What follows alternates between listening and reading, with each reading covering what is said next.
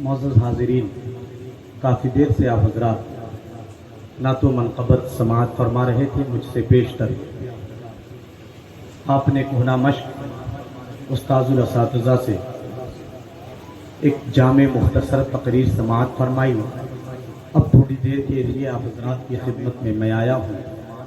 زیادہ وقت آپ کا نہیں لوں گا، اس لیے کہ میرے بعد باہر سے آئے ہوئے خطیب حضرت العلامہ و مولانا مفتی تیسیر الدین صاحب قبلہ مقدس اللہ الاول عالی بندورانی کا خطاب ہمیں سماعت کرنا ہے۔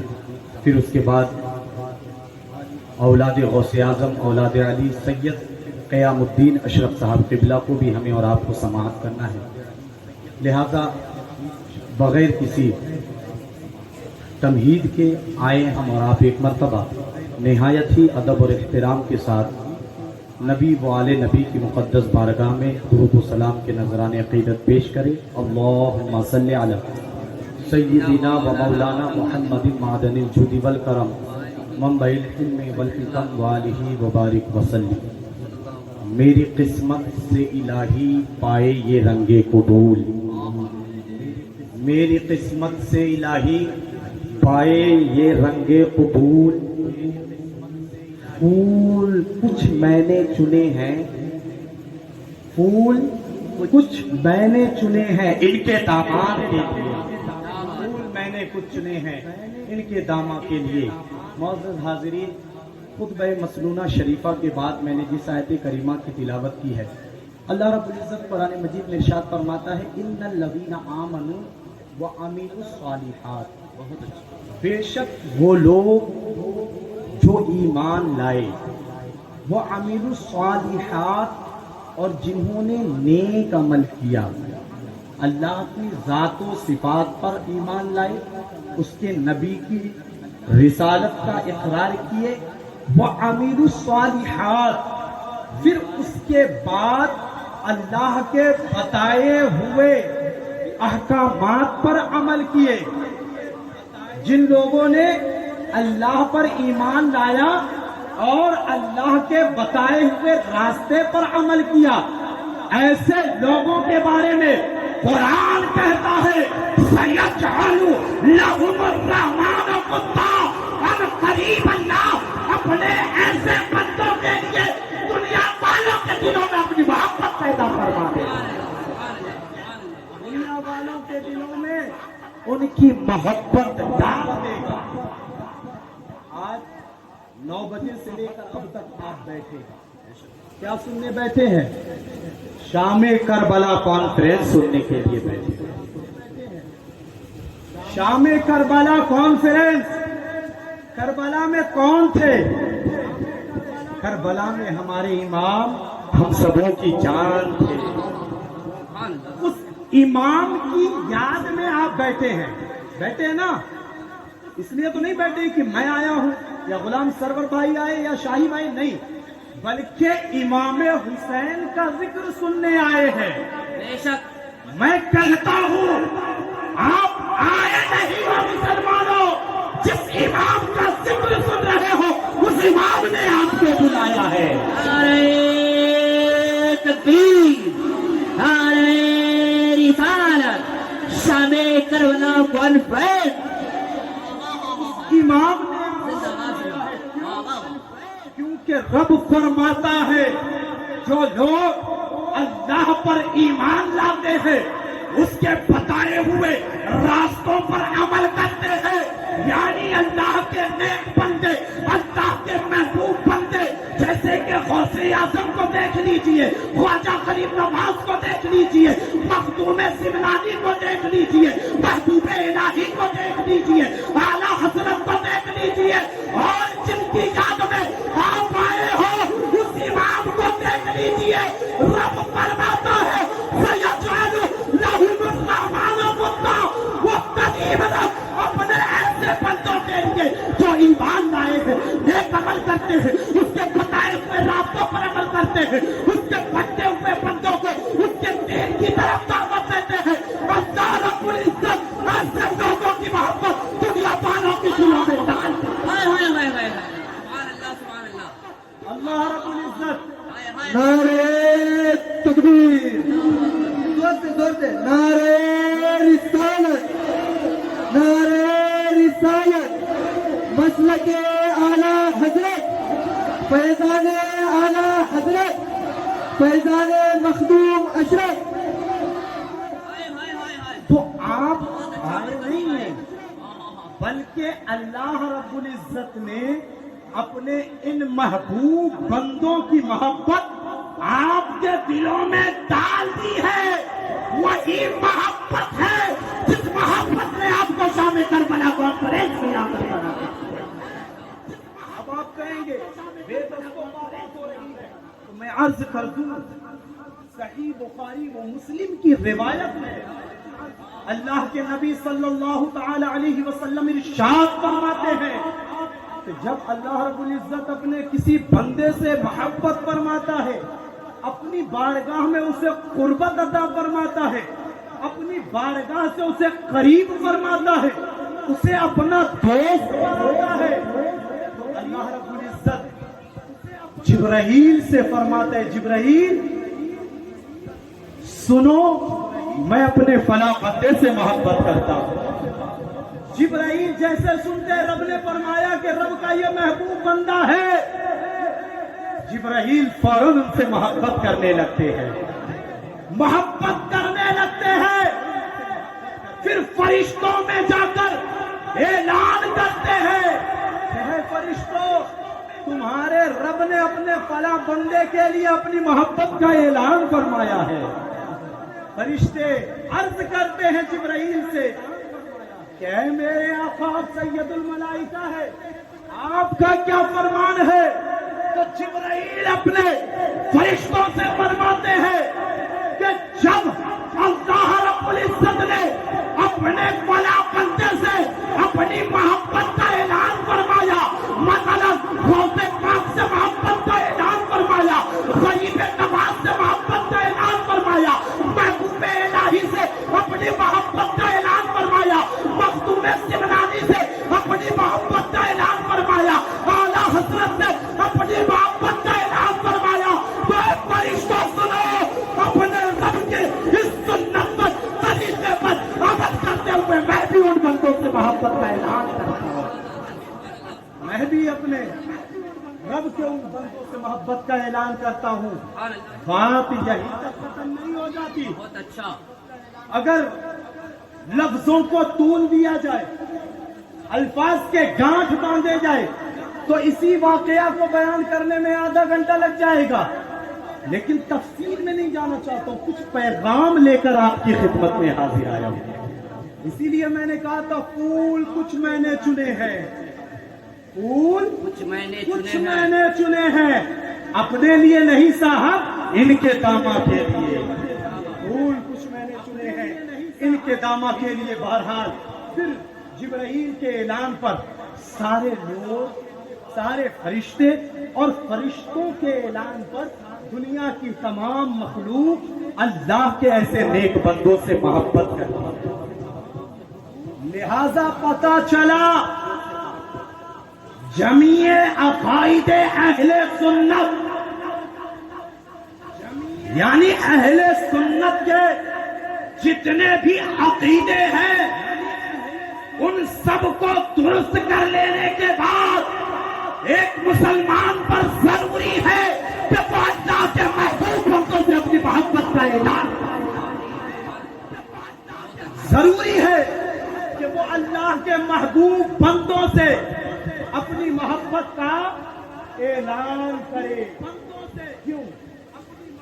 اس لیے کہ اللہ کے جو محبوب بندے ہیں نا، جیسے کہ امام علی مقام، یہ اللہ کے دوست ہیں، اللہ کے ولی ہیں، اللہ کے محبوب ہیں. اور دنیا کا قاعدہ ہے کہ ایک محب محبوب سے جب محبت کرتا ہے، ایک محبت کرنے والا جب اپنی معشوق سے محبت کرتا ہے، عشق کرتا ہے، تو پھر وہ اپنے محبوبوں کے گستاخوں سے، نافرمانوں سے وہ کبھی بھی محبت نہیں کرتا، بلکہ ان سے نفرت کرتا ہوا نظر آتا ہے. آپ میں سے کوئی ہے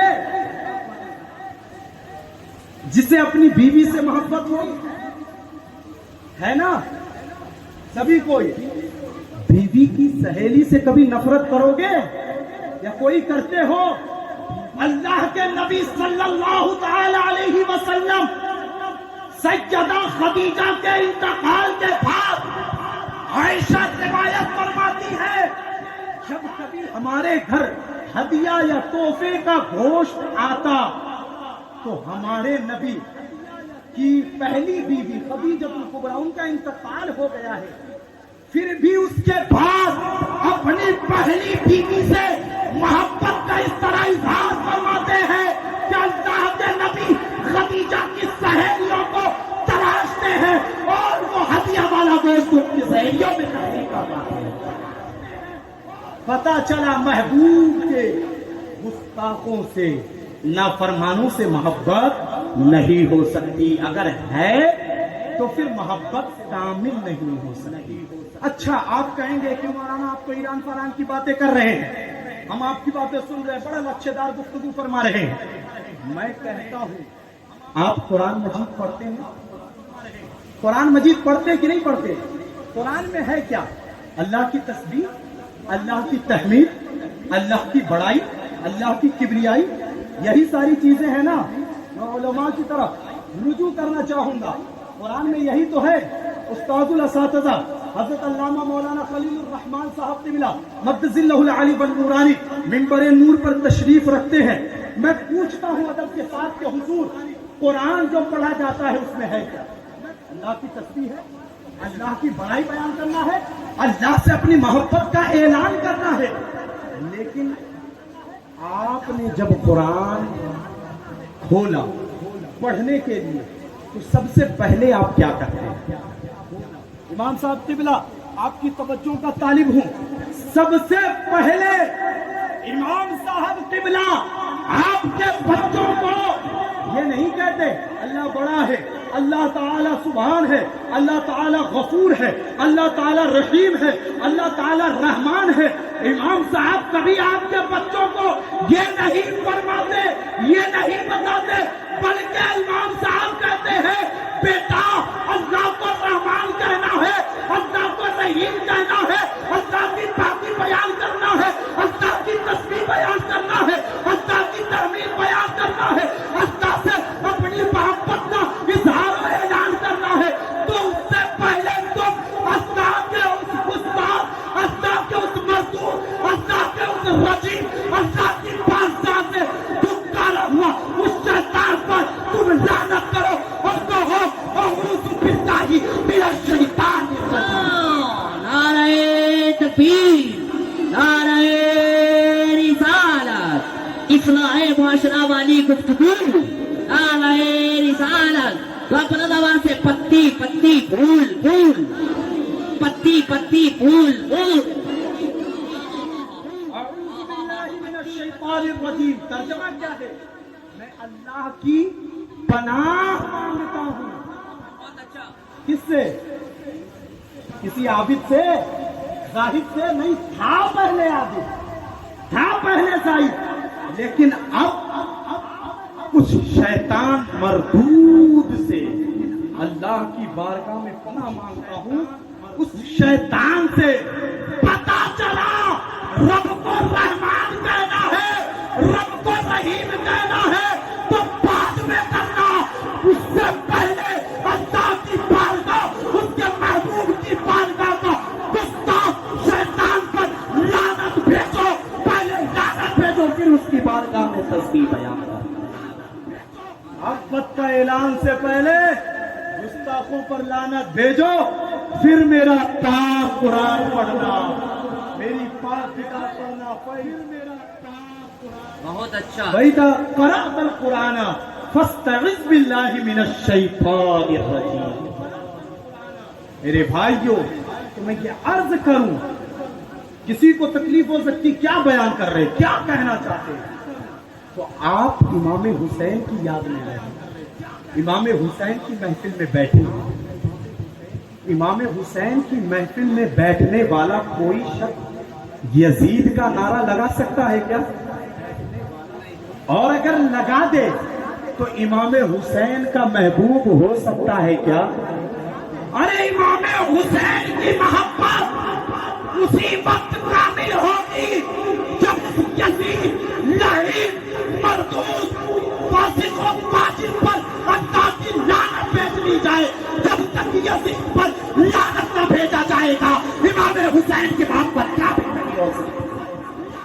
امام حسین کی محبت کامل نہیں ہو سکتی. لہذا جمیع عقائد اہل سنت کو درست کر لینے کے بعد اللہ کے محبوب بندوں سے محبت کرنا یہ ہمارا ایمانی حصہ ہے.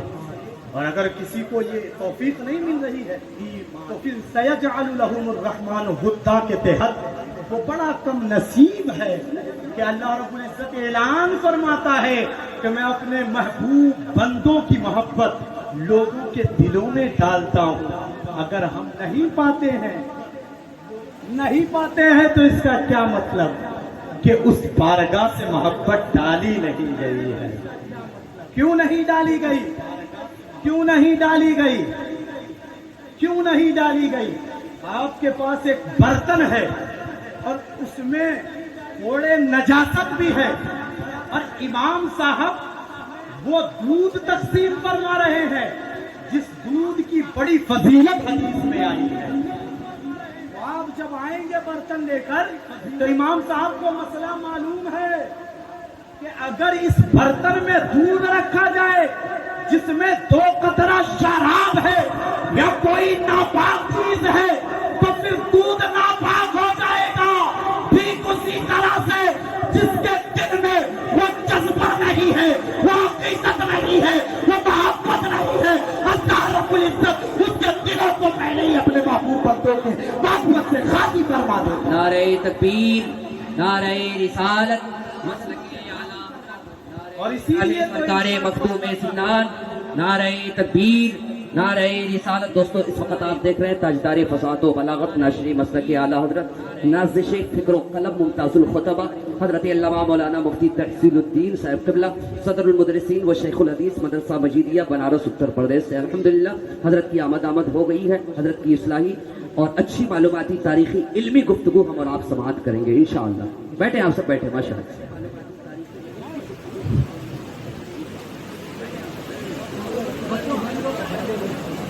بڑے درود پاک اللہم صلی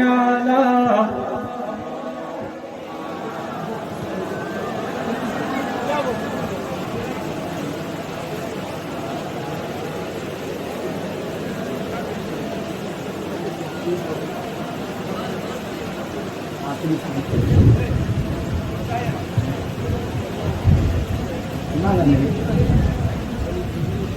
صلی اللہ تعالی علیہ وسلم. حضور تاجدار فصاحت و بلاغت ناشر مسلک اعلیٰ حضرت العلامہ و مولانا مفتی تحصیل الدین صاحب قبلہ مدظ اللہ العالی و نورانی اپنے پورے شان و شوکت جاہ و جلال کے ساتھ بنارس کی سرزمین سے چل کر آپ کی دیار محبت میں تشریف لا چکے ہیں اور پھر دیار محبت ہی نہیں بلکہ کرسی خطابت جلوہ افروز ہو چکے ہیں. اب اتنے بڑے اکابر کے سامنے چھوٹی منہ بڑی بات کرنا مناسب نہیں دیتا.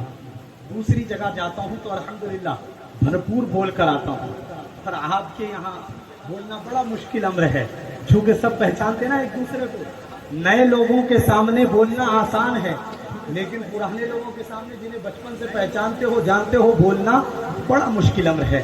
بہرحال اپنے اساتذہ کے قدموں کی دھول کو میں نے اپنی آنکھوں کا سرما بنایا ہے. اپنے والد گرامی اپنی والدہ محترمہ کی قدموں کی دھول کو میں نے چوم کر اپنی آنکھوں کا سرما بنایا ہے، لہذا بولنے میں کبھی بھی کمی محسوس نہیں کرتا. بڑے درود پاک اللہم صلی علی سیدنا و مولانا محمد معدن الجود والکرم منبع العلم والحکم والہ وبارک وسلم. تو آپ نے بات سمجھ لی ہوگی کیونکہ آپ لوگ بڑے سمجھدار اور پڑھے لکھے لوگ ہیں اور ہمارے استاد فرمایا کرتے ہیں عقل مند را اشارہ کافی ہے. جو عقل مند ہے ان کی طرف اشارہ کر دیجیے، وہ باتیں سمجھ جائیں گے. تو میں نے جو ابھی تمثیل پیش کی میں سمجھتا ہوں آپ اچھی طرح سمجھ گئے ہوں گے. اگر واقعی سمجھ گئے تو ایک مرتبہ اپنے ہاتھوں کو لہرا کر کہہ دے یا رسول اللہ. میں نے جو خطبہ مسنونہ شریفہ کے بعد حدیث شریف پڑھی تھی جو حضرت جابر بن عبداللہ کے جواب میں اللہ کے نبی نے ارشاد فرمایا، وہ اب آپ کے سامنے پیش کرنے کی سعادت حاصل کرنا چاہتا ہوں کہ جسے امام البانی نے کتاب السنہ کے اندر ذکر فرمایا ہے. 8 راویوں سے وہ اپنی حدیث کو لیتے ہیں اور پھر اس کے بعد حضرت جابر بن عبداللہ سے روایت فرماتے ہیں. میں نے کہا کہ جمیع عقائد اہل سنت درست کرنے کے بعد اللہ کے محبوب بندوں سے محبت کرنا ہمارا ایمانی حصہ ہے. حضرت جابر بن عبداللہ کی خدمت میں رسول اللہ صلی اللہ علیہ وسلم کی خدمت میں ایک جنازہ لایا گیا. اللہ کے نبی صلی اللہ تعالی علیہ وسلم کی خدمت میں جنازہ لایا گیا. روایت جابر بن عبداللہ فرما رہے ہیں. تھوڑی توجہ کا طالب ہوں، جس طرح پہلے توجہ فرما رہے تھے اسی طرح توجہ فرمائے. بالخصوص ہمارے علماء کی توجہ کا طالب ہوں، اور اگر کہیں غلطی ہو تو پھر تمام لوگوں کو اختیار ہے، درمیانی گفتگو ہی میری اصلاح فرما سکتے ہیں. حضرت جابر بن عبداللہ کہتے ہیں اتیا رسول اللہ صلی اللہ علیہ وسلم بجنازۃ لیصلی علیہا. اللہ کے نبی صلی اللہ علیہ وسلم کی خدمت میں ایک جنازہ لایا گیا. لیصلی علیہا، تاکہ اللہ کے نبی اس پر کیا کرے؟ نماز جنازہ پڑھے. اللہ کے نبی کی بارگاہ میں اگر جنازہ لایا جائے گا تو کیا وہ جنازہ کسی یہودی کا ہوگا، کسی ہنود کا ہوگا، کسی نصرانی کا ہوگا؟ نہیں نا. اللہ کے نبی کی خدمت میں جنازہ لایا جا رہا ہے تو ہمیں یقین کامل ہے کہ وہ جنازہ کسی مسلمان ہی کا ہوگا. جس کا نماز جنازہ ہمارے نبی پڑھے وہ جنازہ پھر غیر مسلم کا کیسے ہو سکتا ہے؟ لیصلی علیہا، جنازہ لایا گیا تاکہ نبی اس پر جنازہ پڑھے، دعائیں مغفرت کرے، اس کی جنازے کی نماز ادا فرمائے. راوی حدیث جابر بن عبداللہ فرماتے ہیں، میں نہیں کہہ رہا ہوں، میں کہتا تو آپ میرے کالر کو پکڑ لیتے. جابر بن عبداللہ کہتے ہیں امام البانی کتاب السنہ میں ذکر فرماتے ہیں فلم یصلی علیہا، فلم یصلی علیہا، اللہ کے نبی نے اس کی نماز جنازہ نہیں پڑھی. اللہ اکبر، کہیں اللہ اکبر. وہ کیسا شخص رہا ہوگا؟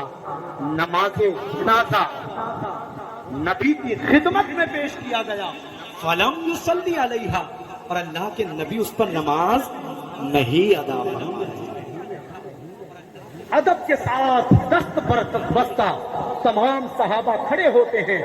جابر بن عبداللہ عرض کرتے ہیں یا رسول اللہ ما شانو کا، یا رسول اللہ کیا بات ہے، کیا ہو گیا، کیا خبر ہے؟ ما ترکت الصلاۃ، ما ترکت الصلاۃ احد الا علی ھذا. اے اللہ کے نبی، ہم نے تو آپ کو کبھی کسی کی نماز جنازہ چھوڑتے ہوئے نہیں دیکھا، لیکن بات کیا ہے، ماجرا کیا ہے، حقیقت کیا ہے، ہوا کیا ہے کہ آپ نے آج اس شخص کی نماز جنازہ نہیں ادا فرمائی.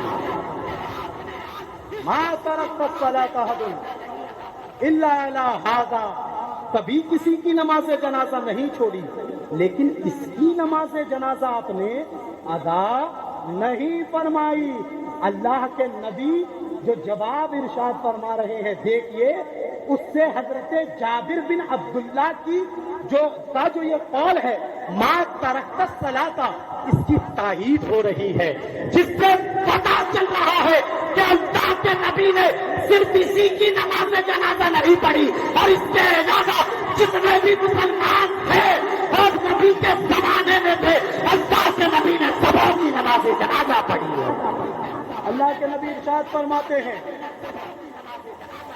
ما ترکت الصلاۃ، میں نے تو کسی کی نماز، واقعی نماز جنازہ میں نے حقیقتاً کبھی کسی کی نہیں چھوڑی ہے، کسی کی نہیں چھوڑی ہے، الا علی ھذا، لیکن اس شخص کی میں نے نماز جنازہ نہیں پڑھی۔ تو اس سے پتا چلا ما ترکت الصلاۃ احدا، کہ سب کی نماز جنازہ میں پڑھی، اور اللہ کے ذریعے سے استثناء فرمایا کہ اس شخص کی میں نے ضرور نہیں پڑھی۔ اب صحابہ میں خلجان پیدا ہو گیا، صحابہ میں چیمی گوئیاں ہونے لگی، ایک دوسرے کے کان میں سرگوشی کرنے لگے، پھسر باتیں کرنے لگے۔ کیا وجہ ہے کہ یہ تو نماز بھی پڑھتا تھا، مسجد نبوی میں بھی آتا تھا، اپنے اسلام کا اعلان بھی کرتا تھا، پھر بھی کیا وجہ ہو سکتی ہے کہ اللہ کے نبی نے اس کی نماز جنازہ نہیں پڑھی؟ کسی کی مجال تھی، کسی کی ہمت تھی، کسی کے پاس اتنی طاقت تھی، کسی کے ماں نے کسی کو اتنا دودھ پلایا تھا، کسی کے باپ نے کوئی مضبوط بچہ ایسا چنا تھا جو نبی کے اس فرمان پر اعتراض کرتا؟ کوئی نہیں کر سکتا تھا۔ لیکن پھر بھی صحابہ مؤدب تھے، مہذب تھے، تہذیب والے تھے، اور کس قدر تہذیب والے تھے اس واقعہ سے اندازہ لگائیے کہ حضرت امام حسن اور امام حسین، شام کربلا کانفرنس سے بس ایک واقعہ ان کی طرف پیش کروں گا، پھر اپنی بات کو ختم کرنے کی سعادت حاصل کروں گا۔ حضرت امام حسن اور امام حسین، صحابہ کتنے مہذب ہے، کتنے مہذب ہے، کتنے تہذیب والے ہیں، میں آپ کے سامنے پیش کرنا چاہتا ہوں۔ امام حسین، امام حسن یہ آل پیغمبر ضرور ہے، آل نبی ضرور ہے، اولاد علی ضرور ہے، اولاد نبی ضرور ہے، لیکن ساتھ ہی ساتھ ایمان کی حالت میں نبی کو دیکھا ہے، دیکھنے کی وجہ سے یہ صحابی رسول بھی ہے، یہ صحابی رسول بھی ہے۔ لہذا اہل بیت کو صحابہ سے اور صحابہ کو اہل بیت سے کوئی جدا نہیں کر سکتا۔ صحابہ کی محبت دیکھے، حضرت امام حسین اور امام حسن میں آپس میں اختلاف ہو گیا، رنجش ہو گئی، ایک دوسرے میں من موٹا ہو گیا، ہوتا ہے، ہمارا آپ کا بھی ہوتا ہے، بھائی بھائی میں ہوتا ہے، باپ بیٹے میں ہوتا، ہو گیا، لیکن ہونا بڑی بات نہیں ہے، ہونے کے بعد اختلاف کو دور کر لینا بڑی بات ہے۔ حضرت امام حسین خادم کو بلاتے ہیں اور فرماتے ہیں میرا یہ خط لو، میرے بڑے بھائی حسن سے کہنا کہ ان کا چھوٹا بھائی حسین ان سے ناراض ہے، وہ آ کر اپنے چھوٹے بھائی کو منا لے، وہ آ کر اپنے چھوٹے بھائی کو منا لے۔ خادم کا عرض کرتا ہے اے میرے آقا، آپ ہی کا خادم ہوں، آپ ہی سے میں نے سب کچھ سیکھا ہے، سنا ہے، اور دنیا کا یہ قاعدہ ہے کہ جب دو لوگوں میں اختلاف ہو جائے تو ادب اس میں ہے کہ چھوٹا اپنے بڑے کو جا کر منائے، حضور چھوٹا اپنے بڑے کو جا کر منائے، اس میں ادب ہے۔ حضور آپ کا حکم میرے ترازو پر آپ نے فرمایا ہے تو میں تو خادم ہوں، جا کر آپ کا خط پیش کروں گا، لیکن حضور ذہن میں خلجان پیدا ہو گیا، ذرا اسے دور فرما دے کہ چھوٹا بڑے سے کہہ رہا ہے، حضور ماجرا کیا ہے؟ تو دیکھیں عقیدت کے جملے کیا امام حسین دیتے ہیں جن کا آپ ذکر سننے آئے ہیں، دیکھیں محبت کے جملے کیسے ارشاد فرماتے ہیں، کس قدر ادب کے واقعات اس ایک واقعہ میں چھپے ہوئے ہیں۔